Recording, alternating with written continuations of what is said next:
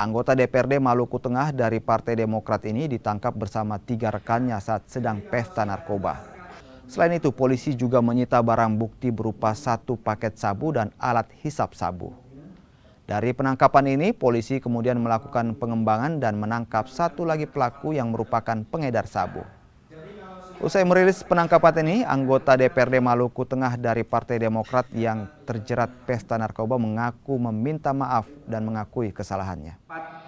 Tersangka ini SB, ATP, RL, dan DS ini mereka mengkonsumsi secara bersama-sama narkotika jenis sabu-sabu ya, di rumah kontrakan tersebut. Dan itu dilakukan penggerebekan oleh Sat Narkoba.